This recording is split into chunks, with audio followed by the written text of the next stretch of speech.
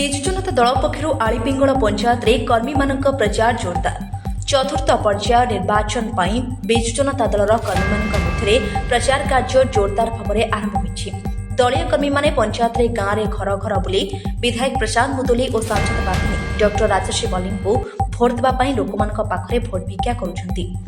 ଜଗତସିଂହପୁର ଜିଲ୍ଲାରେ ନବୀନ ସରକାରଙ୍କ ଶାସନ ସମୟରେ ହୋଇଥିବା ବିକାଶ କାର୍ଯ୍ୟ ସହିତ ଛୋଟଠାରୁ ବୃଦ୍ଧ ଲୋକମାନଙ୍କ ପାଇଁ କରିଥିବା ଯୋଜନା ବିଷୟରେ ଲୋକମାନଙ୍କୁ ବୁଝାଇ ବିଜେଡି ସପକ୍ଷରେ ଭୋଟ ଦେବା ପାଇଁ ପଞ୍ଚାୟତବାସୀଙ୍କ ନିବେଦନ କରିଛନ୍ତି।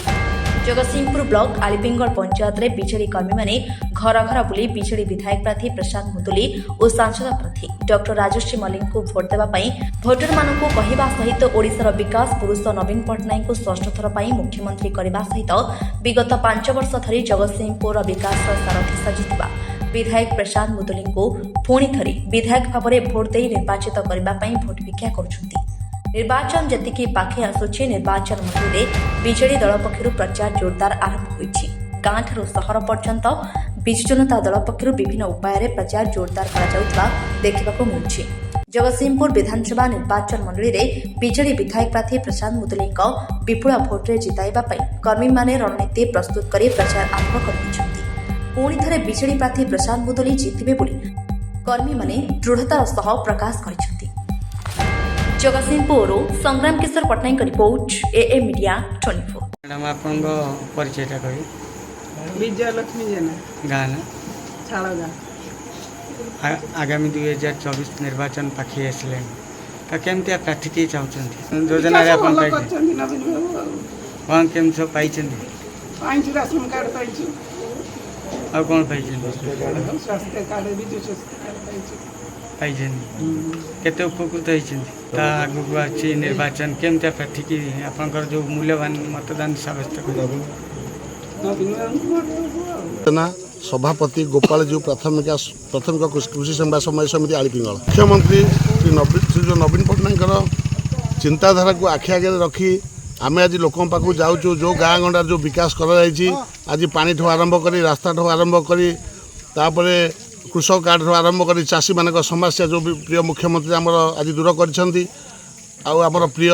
नेता श्रीजुक्त प्रशांत कुमार मुदुली दीर्घ 5 वर्ष भितर जी विकास धारा को आगे नहीं मेडिकल ठार आरंभ कर स्वास्थ्य केन्द्र आमर जो मंदिर मठ मस्जिद जो भाई विकास कर विकास को चिंताधारा को आखि आगे रखी आम आज लोक पाक जाऊँ लोक सपोर्ट तो 100% मिलूँ कहीं मुख्यमंत्री इधर 70-80% भाग रोचे कि मुख्यमंत्री देखिए लोक भोट दौरान आमर प्रिय मुख्यमंत्री नवीन बाबू दरकार षष्ठ थर पर नवीन पट्टनायक देखिए लोक भोट दौरान आ प्रशांत भाई आमर जी 5 वर्ष लाइट आसछंती 5 वर्ष भीतर बहुत विकास से करछंती जो कि कांग्रेस सरकार समय 30 वर्ष जहाँ न होता बर्तमान 5 वर्ष भितर प्रिय आमर प्रशांत भाई आमर जी अच्छा विधायक से करके देखते आउ जो चिंताधारा नहीं प्रिय मुख्यमंत्री आमर जो 100 यूनिट पर्यटन इलेक्ट्रिक बिल छाड़ ग्रामर किसी लोक गरीब हरिजन हो आदिवासी लोक हो से आज लाइन टे जाली पार नथिले जदि हुक फुक पकई जालुले इलेक्ट्रिक वाला बहुत हैरान करुले प्रिय मुख्यमंत्री देखिले साधारण लोक गरीब लोक समस्त घर बिजुली पहुँचो समस्ते बिना मूल्य बिजुली जालिबे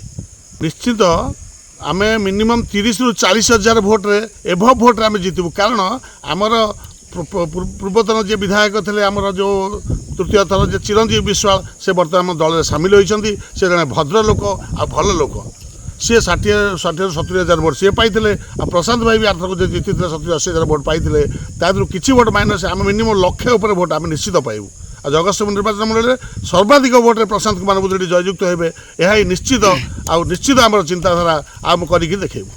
परिचयटा कही राजीव कुमार बेहरा निर्वाचन मंडली युव सभापति जगतसिंहपुर निर्वाचन मंडली एवं समिति सभ्य आलिपण ग्राम पंचायत आगू आसूची 2024 निर्वाचन आउ जहाँ को नहीं आप डोर टू डोर कैंपेनिंग चलती केमती रही कौन मुद्दा रखिक लोक पाखक जाइए विजु जनता दल विगत 24 वर्ष लाणी जो शासन में अच्छा तादे सब किसी नुआ नुआ योजना सब माननीय मुख्यमंत्री लोकविलासमुखी योजना सब चली रही लास्ट घर पर्यटन केमी से सब योजना पहुँचो से नेता आमको कहते लास्ट घर पंचायतर लास्ट घर को जमी सब भत्ता ठार आरंभ कर ତାଙ୍କ ରୋଡ଼ ହେଉ ତାଙ୍କ ଶିକ୍ଷା ହେଉ ତାଙ୍କ ସ୍ୱାସ୍ଥ୍ୟ ହେଉ ତାଙ୍କ ଗମନାଗମନରେ ଯେମିତି ଲାଷ୍ଟରେ ଯାଇ ପହଞ୍ଚିବ ସେଥିପ୍ରତି ଆମେ ଧ୍ୟାନ ଦେଇଛୁ। ଆପଣମାନେ ଦେଖୁଥିବେ ଏହି ମନ୍ଦିର 5T ସଚିବଙ୍କ ଦ୍ୱାରା ଯେଉଁ 50 ଲକ୍ଷ ଟଙ୍କା ଆନୁଗତ୍ୟ ହେଇଥିଲା ଆମ ପଞ୍ଚାୟତକୁ, ସବୁ ମନ୍ଦିରକୁ ଆମର 2.5 ଲକ୍ଷ 3 ଲକ୍ଷ ଲେଖା ଦିଆହେଇକି ମନ୍ଦିର ରୂପାନ୍ତରୀକରଣ ହେଇଛି। ରୋଡ଼ ତ ଆପଣ ଦେଖିପାରୁଥିବେ ଏ ରୋଡ଼ର ଅବସ୍ଥା କ'ଣ ଥିଲା 5 ବର୍ଷ ପୂର୍ବେ, ଆଜି କ'ଣ ଅଛି, ଆଜି ଚିକଚିକ୍ ହେଇଛି।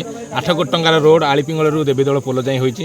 ଉପରେ ମଧ୍ୟ ବନ୍ଧ ଯେଉଁ ଅଛି ଆମର ନଈ ବନ୍ଧ ଯେଉଁ ଅଛି 2 କୋଟି ଟଙ୍କାର କାର୍ଯ୍ୟ ମଧ୍ୟ ହୋଇଛି। ସେପଟେ ଆଳିପିଙ୍ଗଳ ରୋଡ଼ ହେଉ କି ଆମର ଅଢ଼ଙ୍ଗା ଆମର ଲାଷ୍ଟ ପଞ୍ଚାୟତର ପ୍ରଥମ ଯେଉଁ ୱାର୍ଡ଼ ଯେଉଁ ଅଛି ସେ ରୋଡ଼ ମଧ୍ୟ କାର୍ଯ୍ୟକାରୀ ହେଇଛି R&D ତରଫରୁ। ଏବଂ ମୁଦ୍ଦା ଆଗକୁ ରହୁଛି କ'ଣ, ଆମର ମାନ୍ୟବର ମୁଖ୍ୟମନ୍ତ୍ରୀ ଯେଉଁ କରିଛନ୍ତି ଗୋଟେ ବିଜୁଳି 100 ୟୁନିଟ୍ର ସମସ୍ତଙ୍କୁ ରିହାତି ଦେଇଛନ୍ତି, ସେଇଟା ଏବେ ଘରେ ଘରେ ପରିଚିତ। ଆମେ ଲୋକଙ୍କ ପାଖକୁ ଗଲାବେଳୁ ସିଏ କହୁଛନ୍ତି ହଁ ଆମର ନବୀନ ବାବୁ କହିଛନ୍ତି 100 ୟୁନିଟ୍ ଫ୍ରି ହେବ ଏବଂ ଜୁଲାଇ ମାସରୁ ଆମକୁ ଦେବାକୁ ପଡ଼ିବନି।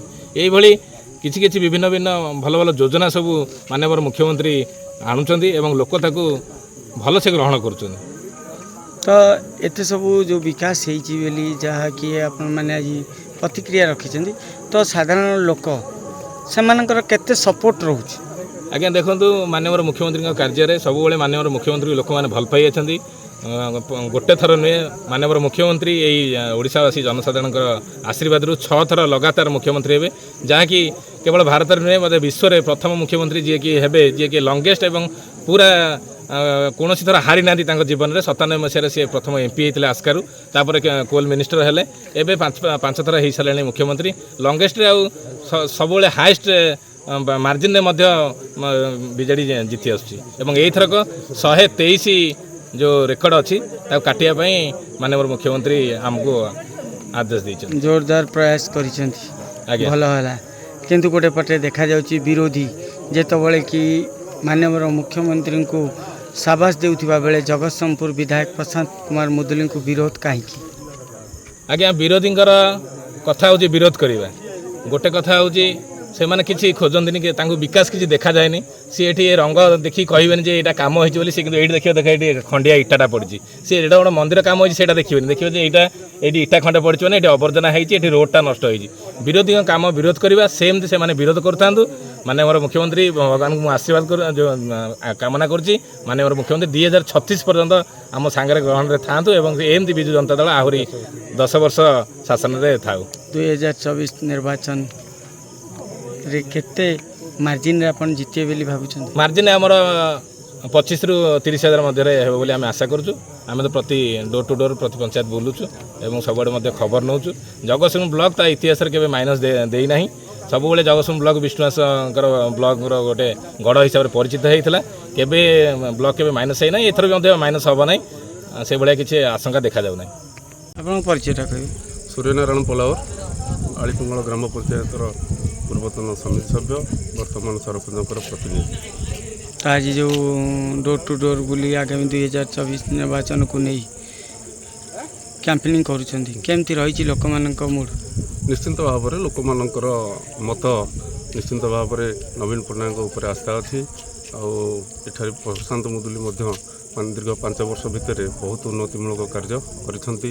ଯାତାୟାତ ପାଇଁ ଆମର ମୁଖ୍ୟ ସମସ୍ୟା ଯେଉଁ ରାସ୍ତା ନାଳବନ୍ଧ କେନାଲ ଥିଲା ଆଳିପିଙ୍ଗଳ ଠାରୁ ଦେବୀଦୋଳ, ତାକୁ ପୂର୍ଣ୍ଣ କରିଛନ୍ତି ଏବଂ ମୁଖ୍ୟ ସମସ୍ୟା ଆମ ଜୋରକୂଳର ଯେଉଁ ଡ୍ରେନେଜର ଅସୁବିଧା ଥିଲା ତାକୁ ମଧ୍ୟ ସେ ପୂରଣ କରିଛନ୍ତି।